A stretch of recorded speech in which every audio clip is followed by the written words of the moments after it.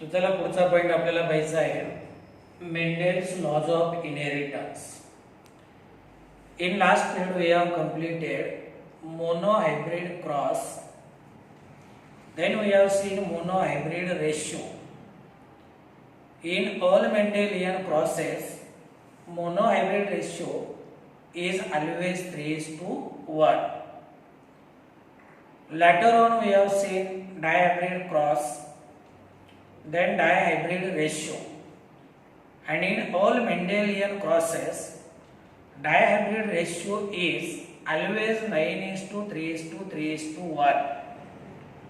As far as the monohybrid cross is concerned, we have seen in monohybrid cross inheritance pattern of only one pair of contrasting character is studied, and in dihybrid cross inheritance pattern of two pairs of contrasting characters is studied.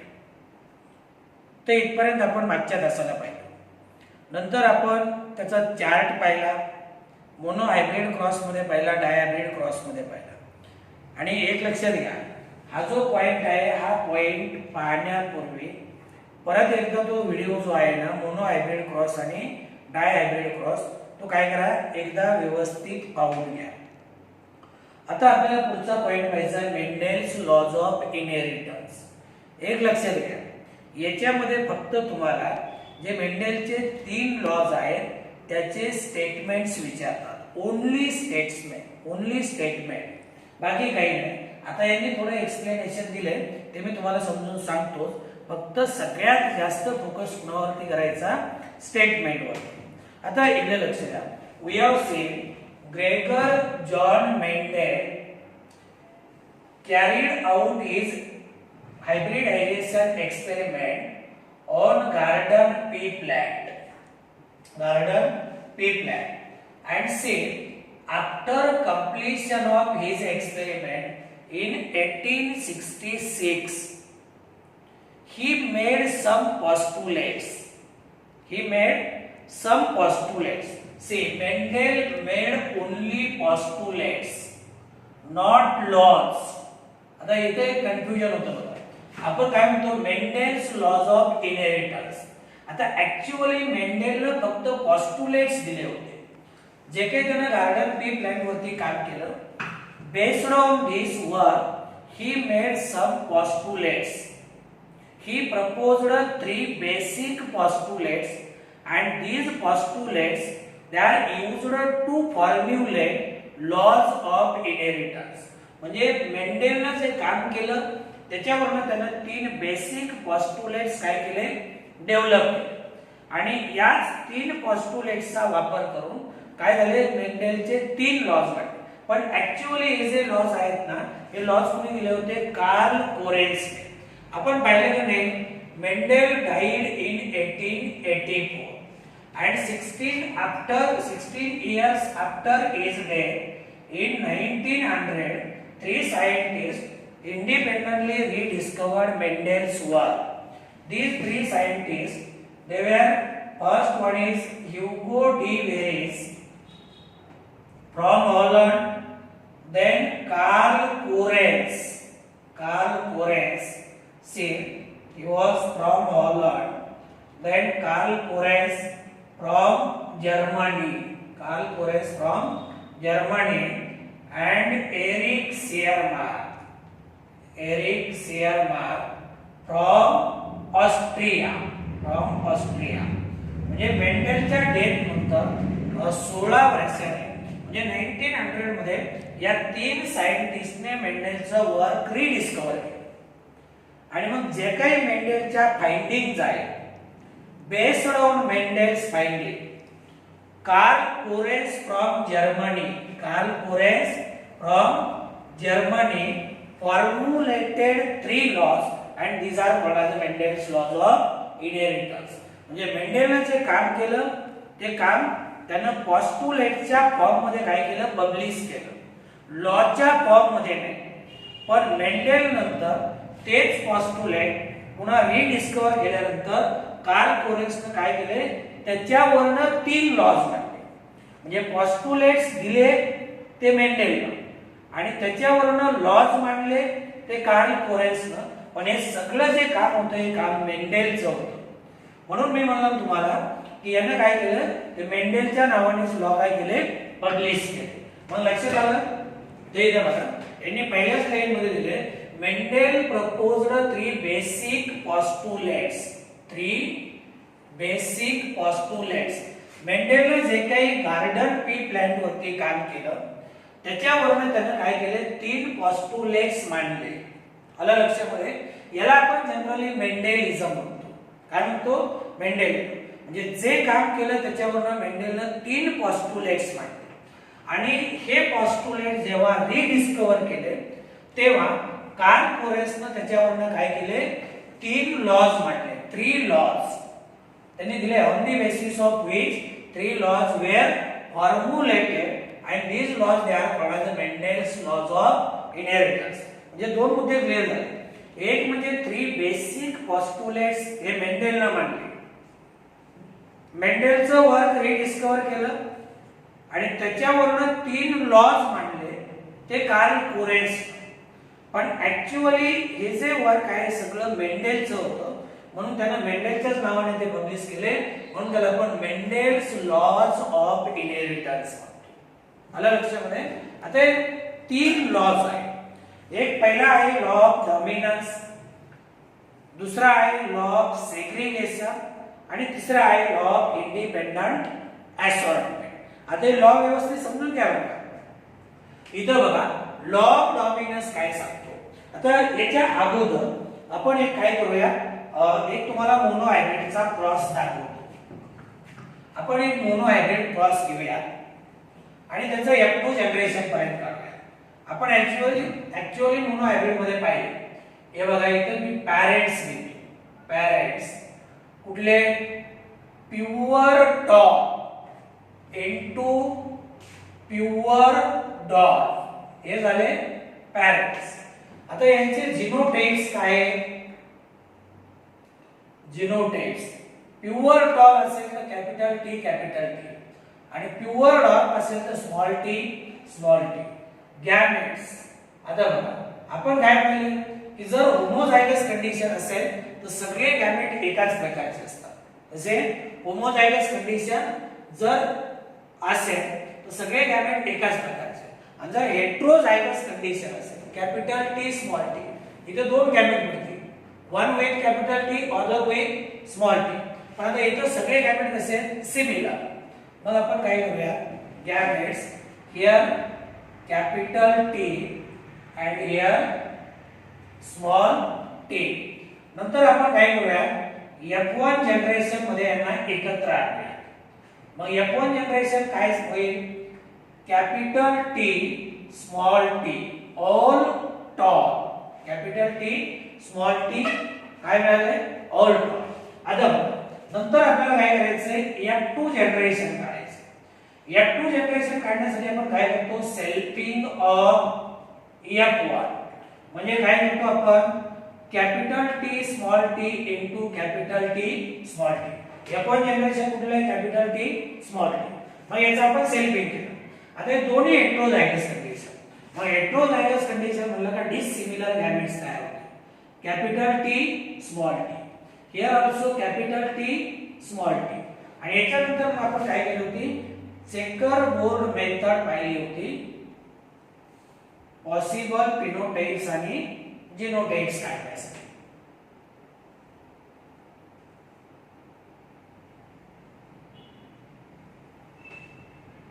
एका बाजूला male gametes, दुसऱ्या बाजूला female gametes, capital T small T, here also capital T small T. आपण हा cross सुद्धा पाहिला होता, capital T capital T small T, capital T small T आणि स्मॉल टी.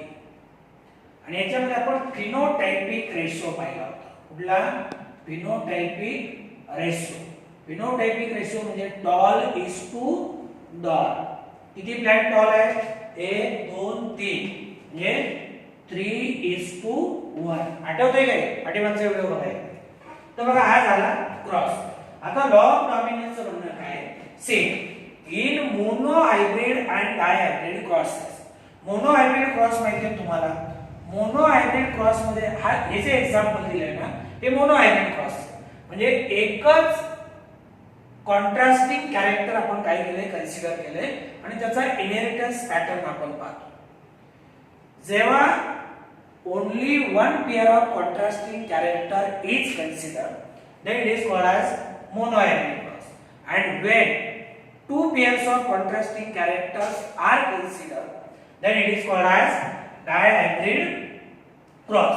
यांचं म्हणणं काय, in monohybrid and dihybrid crosses phenotypic character external appearance, external characters म्हणजे जसं की प्लांट टॉल आहे का डार्क आहे, सीड राउंडेड आहे का रिंकल आहे, सीडचा कलर येलो आहे का ग्रीन आहे म्हणजे एक्सटर्नल आहे. मग मोनो हायब्रिड क्रॉस असू द्या किंवा डाय हायब्रिड क्रॉस असू द्या, phenotypic characters are controlled by discrete unit and this discrete unit it is called as factor.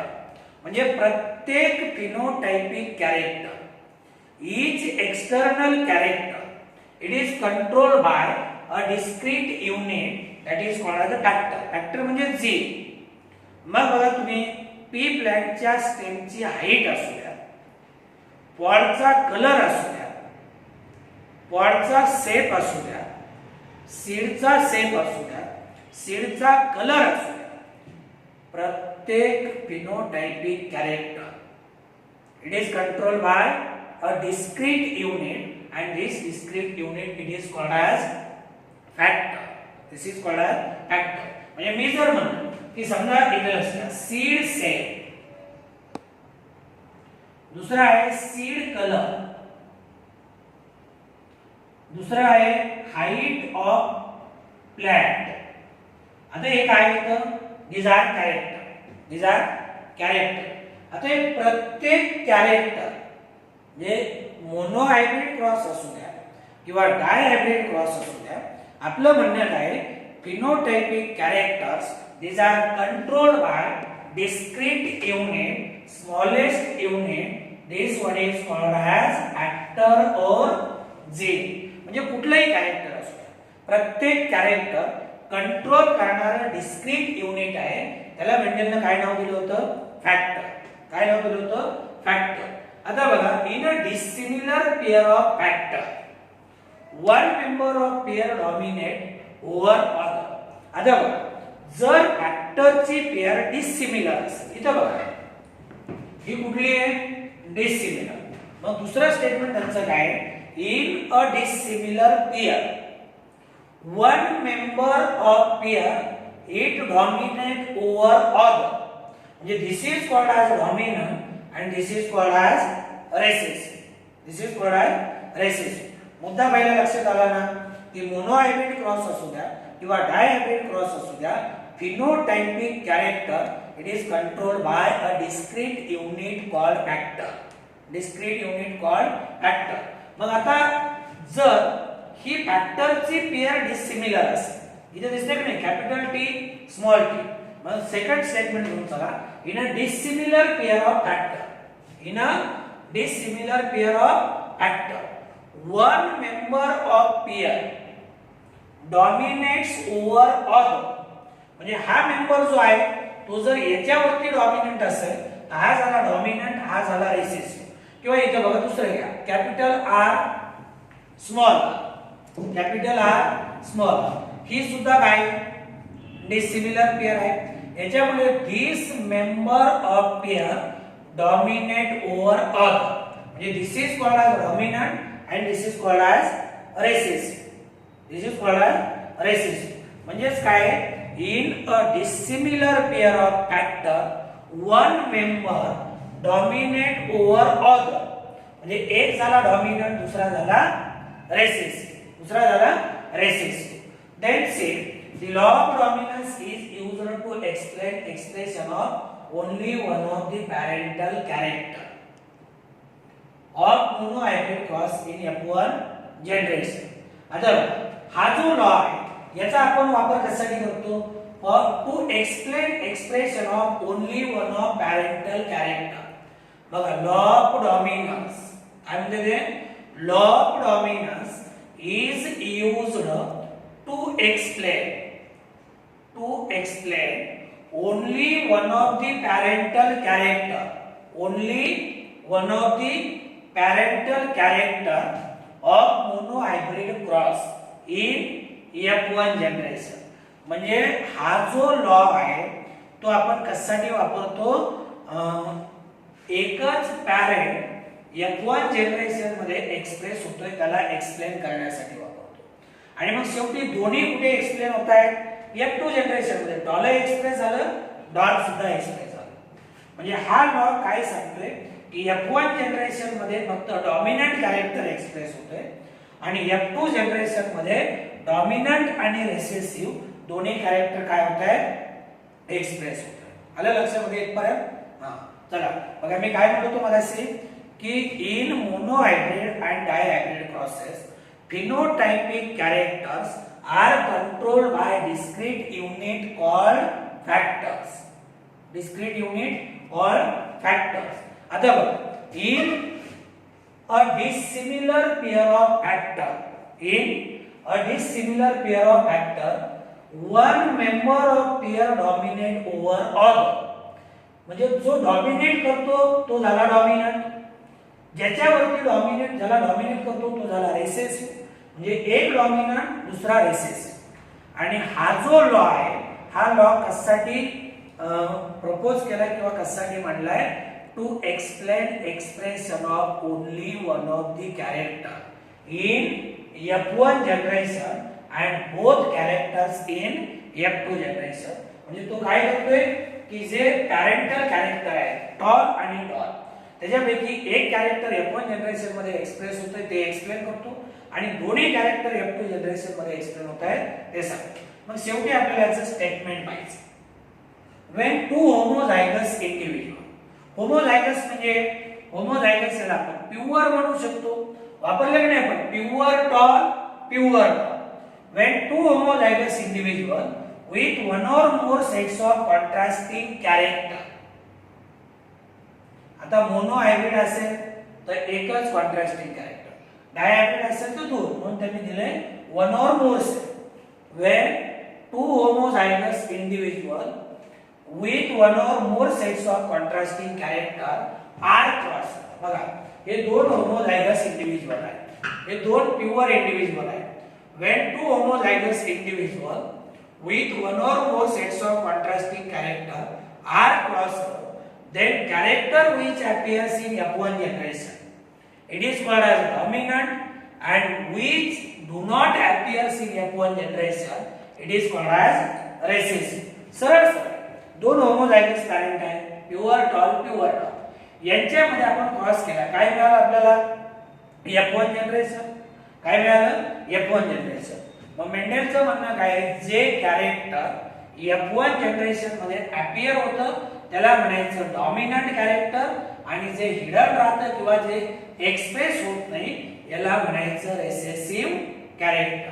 आलं लक्षामध्ये, which do not appear in F1 recessive and one which appear in F1 that is dominant. आलं लक्षात statement. परत एकदा statement माझ्या बरोबर म्हणा. काय सांगतं statement, when two homozygous individuals with one or more sets of contrasting characters are crossed, then character which appears in F1 generation that is called as dominant, and those which do not appear in F1 generation are called as recessive. So this is about the law of dominance. आणि शेवटी मी तुम्हाला जाताना सांगेल की law of dominance is not universally accepted. माहित पाहिजे की नाही तुम्हाला की मेंडेलचा हा लॉ युनिव्हर्सली ऍक्सेप्टेड आहे किंवा नाही. तर याचं उत्तर सरळ सरळ असं आहे की हा जो लॉ आहे it is not universally accepted. Not universally accepted याचं कारण मी तुम्हाला अगोदर एकदा सांगितलं होतं की मेंडेलचं म्हणणं असं आहे की दोनच कॅरेक्टर आहेत, एक डॉमिनंट आणि दुसरं रेसेसिव्ह.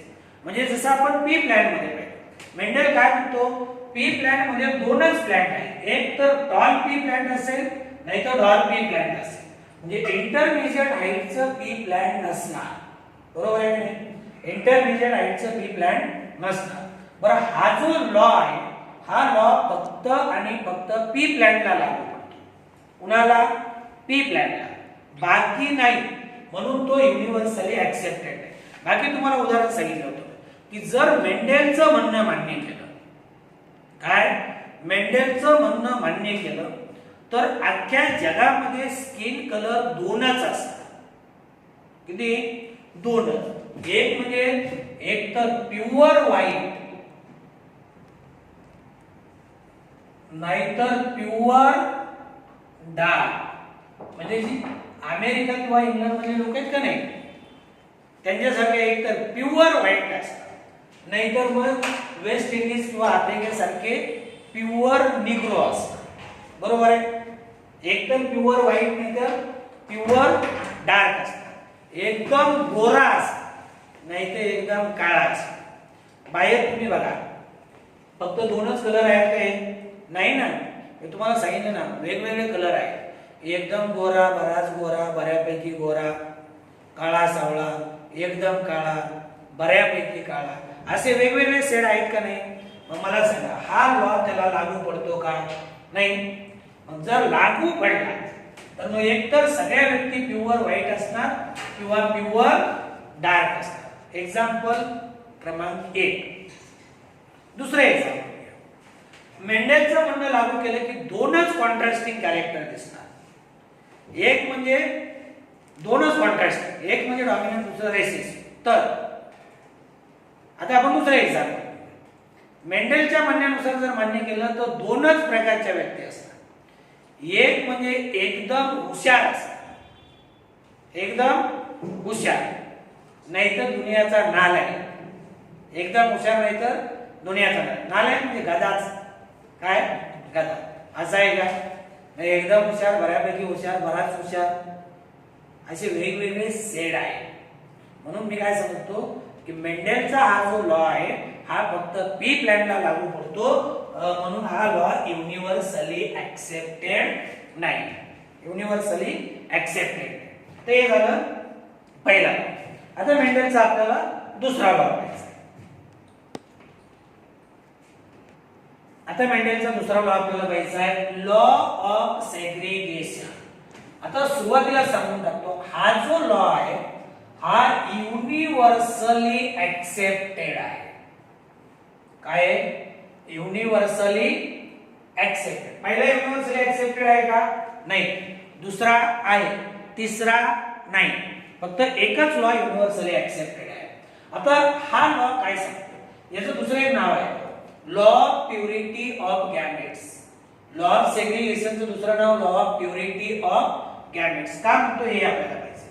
आता बघा, this law is based on fact that alleles do not show any blending or mixing and both alleles are recovered as such in F2 generation, though one of these is not seen in F1 stage.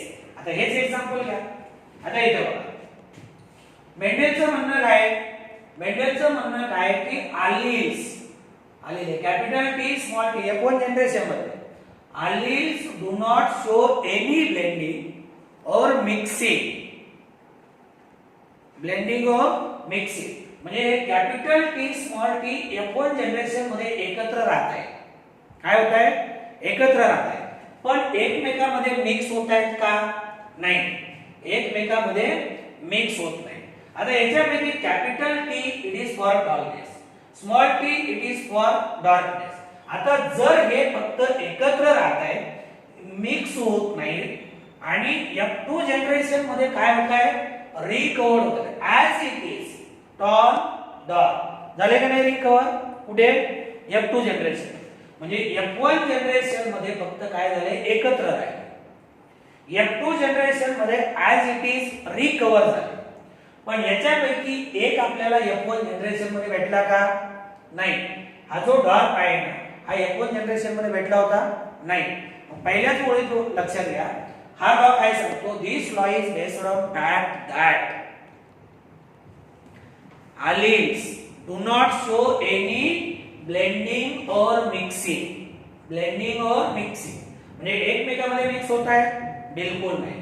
do not show any blending or mixing and are recovered as such in F2 generation. are recovered as such in F2 generation, though one of these was not found in F1 generation. म्हणजे हे जे alleles आहेत F1 generation मध्ये एकत्र राहत आहेत, एकमेकांमध्ये mix होत नाही, एकमेकांमध्ये मिक्स होत नाही. आणि नंतर काय होत आहे F2 जनरेशन मध्ये पुन्हा रिकव्हर होत आहे.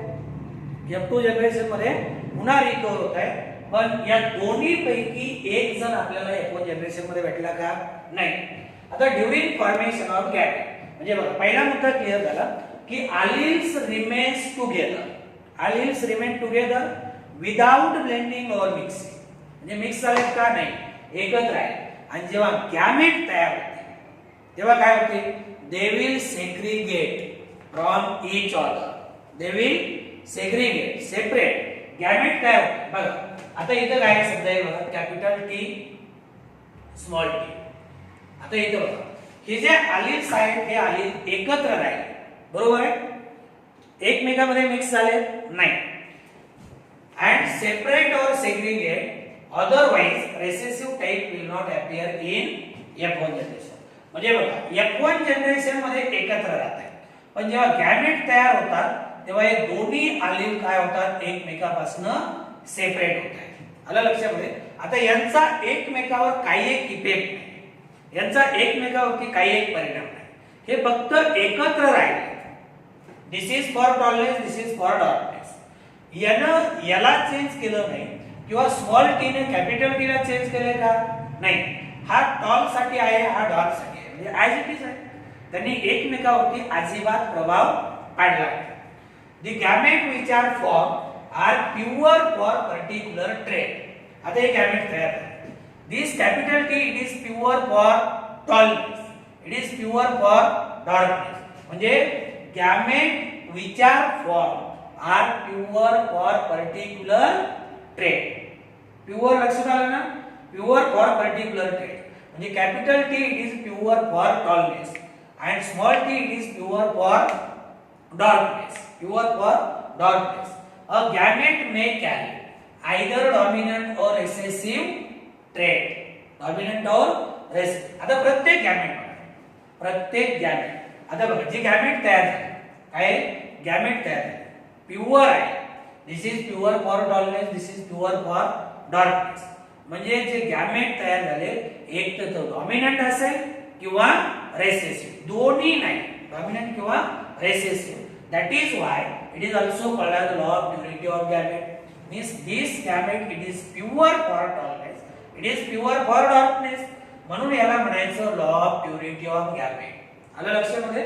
म्हणजे बघा इथं काय होते, जे alleles आहेत ते एकत्र राहत आहेत आणि गॅमेट तयार होताना एकमेकांपासून सेपरेट होत आहेत आणि ते शेवटी त्या कॅरेक्टरला प्युअर आहे. आता तुम्हाला याचं उदाहरण सांगतो.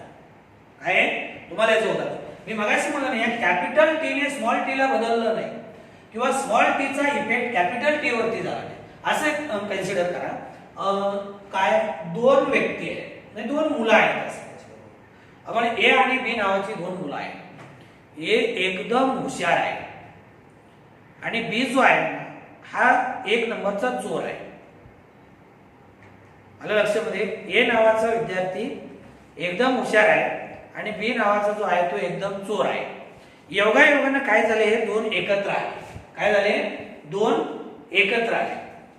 हे घरातून पळून गेले एकत्र. 6 महिने एकत्र राहिले. काय 6 महिने एकत्र राहिले. पण जो हुशार आहे त्यानं त्या चोराला बदलवलं नाही, जो चोर आहे त्यानं हुशारला चोरी करायला शिकवलं नाही. म्हणजे त्यांनी एकमेकाला इन्फ्लुएन्स केले का? नाही. लक्षात आले ना? हे दोन विद्यार्थी पळून गेले. एक चोर आहे, एक हुशार आहे. ते 6 महिने एकत्र राहिले, पण ते एकमेकाला त्यांनी बदलवलंय का? नाही. बदलवलंय का? नाही. आणि जेव्हा 6 महिन्यानंतर घरी येते तेव्हा चोर तो चोर आणि हुशार ते हुशार, बरोबर आहे. म्हणून त्यांनी सांगितलं ना, gamete which are form are pure for particular trait. This is for tallness, this is for dwarfness. म्हणजे जसेला तसे आहेत का नाही, एकत्र राहील पण जसेला तसे आहे. म्हणून त्याला म्हणायचं law of purity of gametes. मग आता याचं स्टेटमेंट बघा. व्हेन हायब्रिड, हायब्रिड म्हणजे F1, when hybrid forms gamete, when hybrid forms gamete, the alleles capital T small t, हे दोन्ही allele काय होतील, सेपरेट होतील and they will enter into different gamete. They will enter into different gamete. हा cross घेतलाय आपण, लक्षात घ्या, हा क्रॉस घेतलाय आणि इथे आपण काय सांगतोय, when hybrid, hybrid म्हणजे हे F1, when hybrid forms gamete, forms gamete, alleles separate and enters into different gamete. Then this is called as law of segregation, your law of purity of gametes, law of purity of gametes. आता gametes form are pure in that they carry only one allele. आता gamete pure का, हे gamete pure का, प्रत्येकामध्ये एकच allele आहे आणि तो allele त्या पर्टिक्युलर कॅरेक्टरला प्युअर आहे. Capital T it is pure for tallness and small t it is pure for darkness. Small t it is pure for darkness. म्हणून याला आपण काय म्हणतो, it is also called as law of purity of gametes. मग तुम्हाला मी मगाच सांगितलं, फक्त statement वरती लक्ष द्या. स्टेटमेंट काय सांगते, when hybrid, hybrid means F1 forms gamete, alleles separate or segregate from each other. Alleles, हे दोन alleles बघा, separate or segregate from each other and enters into different gamete. आणि प्रत्येक गॅमेट प्युअर आहे, बरोबर आहे. कॅपिटल T म्हणलं का प्युअर टॉलनेस, स्मॉल t म्हणलं का darkness. That is why purity of gamete, law of purity of gametes. तर बघा आतापर्यंत आपण दोन लॉज पाहिले. Law of dominance not universally accepted.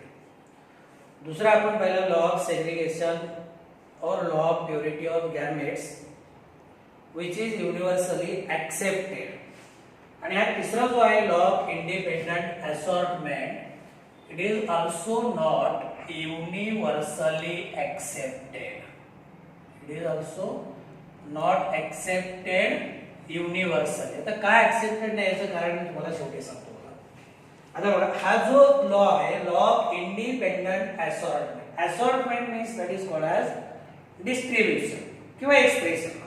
Distribution expression हा जो लॉ आहे, it can be best explain by taking the example of dihybrid cross. आणि आपण डायहायब्रिड क्रॉस पाहिला. डायहायब्रिड क्रॉस मध्ये आपण काय करतोय, दोन कॉन्ट्रास्टिंग कॅरेक्टरच्या पेअर कन्सिडर करतोय आणि त्याचा इनहेरिटन्स पॅटर्न स्टडी करतोय. आता इथे बघा, आपण इथे पॅरेंट्स घेऊया. कुठले, yellow round seeded pea plant, it is crossed with green wrinkled, it is crossed with green wrinkled seeded pea plant. किती कॅरेक्टर कन्सिडर केले आपण, येलो ग्रीन म्हणजे कलर ऑफ सीड आणि round wrinkled shape of seed, म्हणजे दोन character आपण consider केले. किती, दोन. म्हणजे दोन कॅरेक्टर कन्सिडर केले तो झाला डायहायब्रिड क्रॉस. याचे जीनोटाइप्स काय होतील, genotypes capital Y capital R into small y small r small r. Gametes काय, गॅमेट्स ही homozygous condition capital Y capital R. इथे सुद्धा स्मॉल y स्मॉल r. आणि मग F1 जनरेशन आपल्याला काढायचे. काय, F1 जनरेशन. F1 जनरेशन काय मिळेल, capital Y capital R capital Y small y capital R small r all yellow round. म्हणजे इथे कुठला लॉ फॉलो झाला, law of dominance, all yellow round. कारण येलो राऊंड एक्सप्रेस झाला हा हिडन राईट, सप्रेस राईट. मग आपण काय केलं, F2 जनरेशन काढलं. F2 जनरेशन, F2 जनरेशन मध्ये आपण काय केलं, याचं सेल्फिंग केलं. काय केलं, selfing. Capital Y small y capital R small r into capital Y small y capital R small r, बरोबर आहे.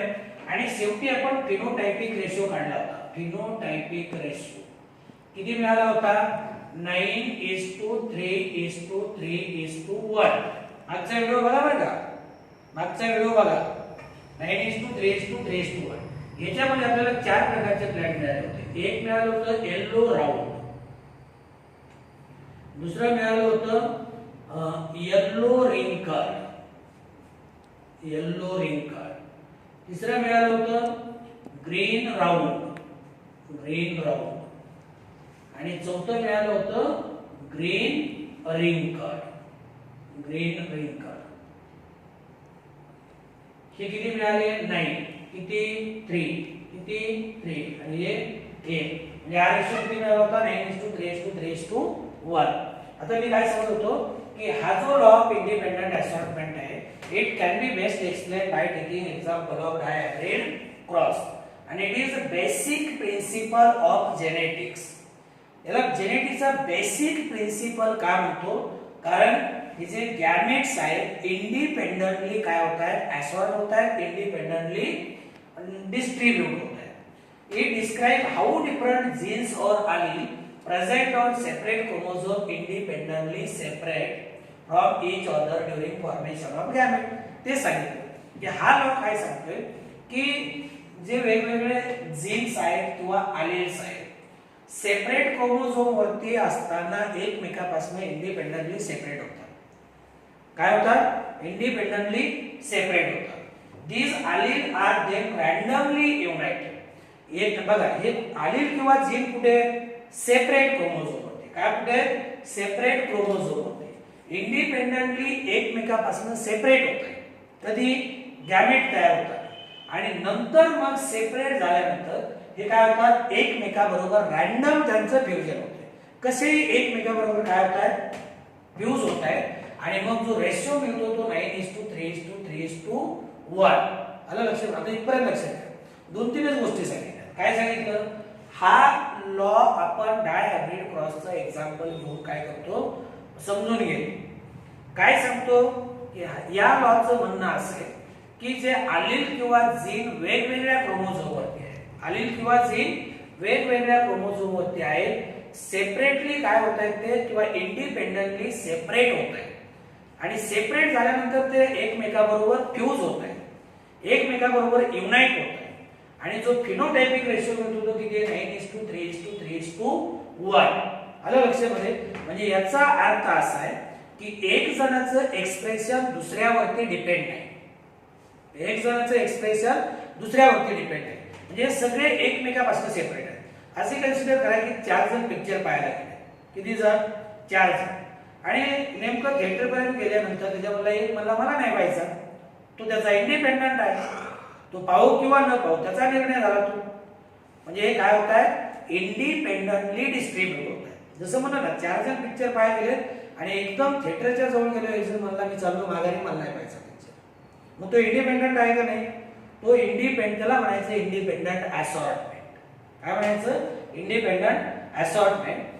It can B concluded that 2 characters under consideration are assorted independently giving rise to different combination. मग आता याच्यामध्ये काय होते की वेगवेगळे character वेगवेगळे कसे डिस्ट्रीब्यूट होतात, एकमेकांवरती डिपेंड आहेत का, बिलकुल नाही, एकमेकांवरती डिपेंड बिलकुल नाही. आता इथे बघा, तुम्हाला मी काय करतो, एक्झाम्पल देतो. काय देतो, एक्झाम्पल. पण आता हा जो लॉ आहे, हा लॉ युनिव्हर्सली ऍक्सेप्टेड आहे. तो सगळ्यालाच लागू होतोय का, बिलकुल नाही. आलं लक्षात.